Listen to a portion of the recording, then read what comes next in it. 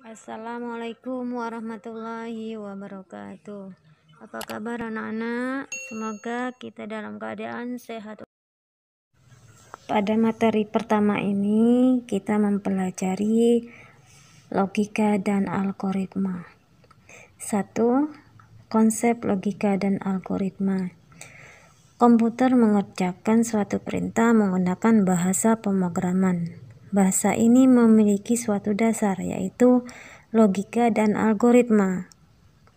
Komputer tidak akan mengenal bahasa manusia. Untuk itu, kita harus mempelajari bahasa yang dapat dikenali oleh komputer.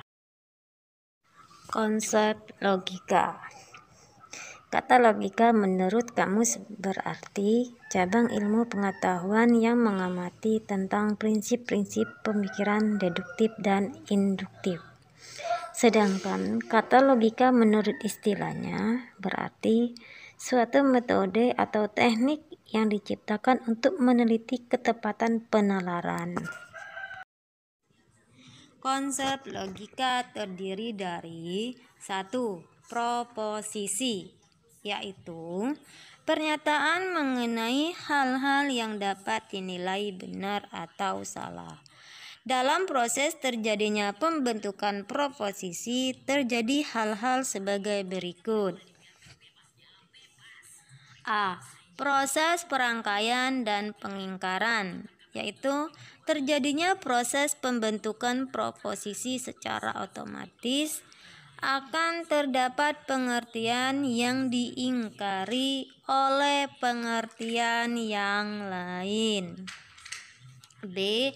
Proses pengakuan, yaitu terjadinya dalam proses pembentukan proposisi sekaligus akan terjadi pengakuan. C.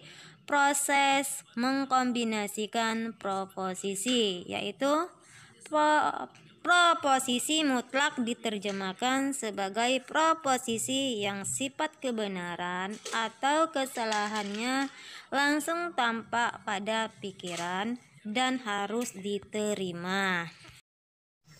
2.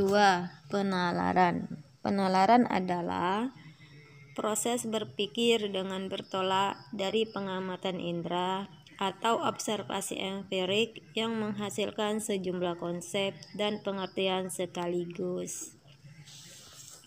Jenis-jenis penalaran untuk penarikan kesimpulan. A. Pola nalar deduktif. Pola nalar deduktif identik dengan penarikan kesimpulan yang bergerak dari pernyataan benar yang umum ke yang khusus. B. Pola nalar induktif.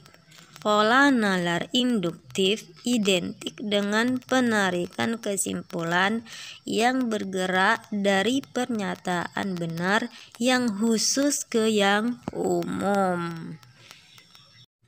Selanjutnya B. Konsep algoritma.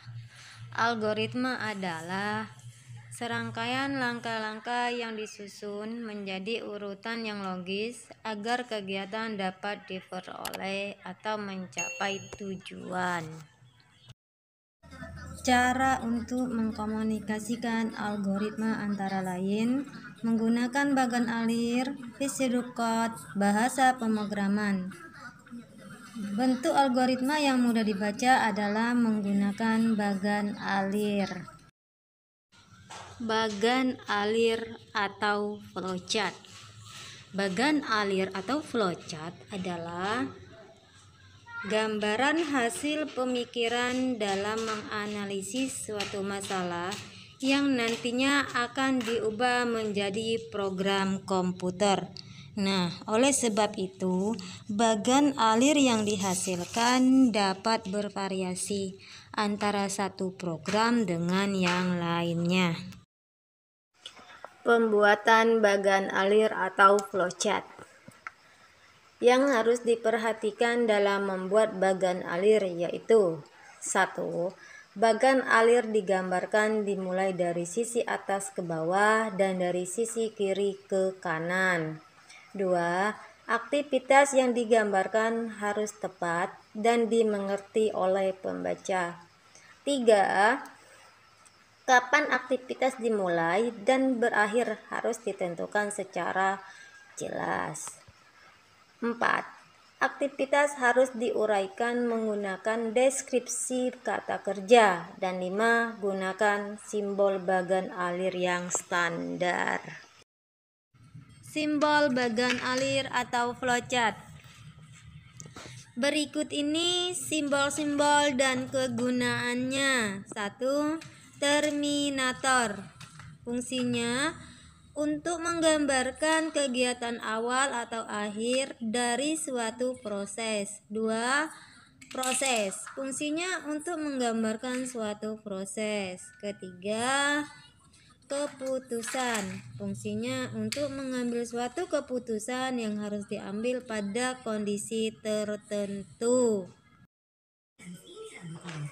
4. Data.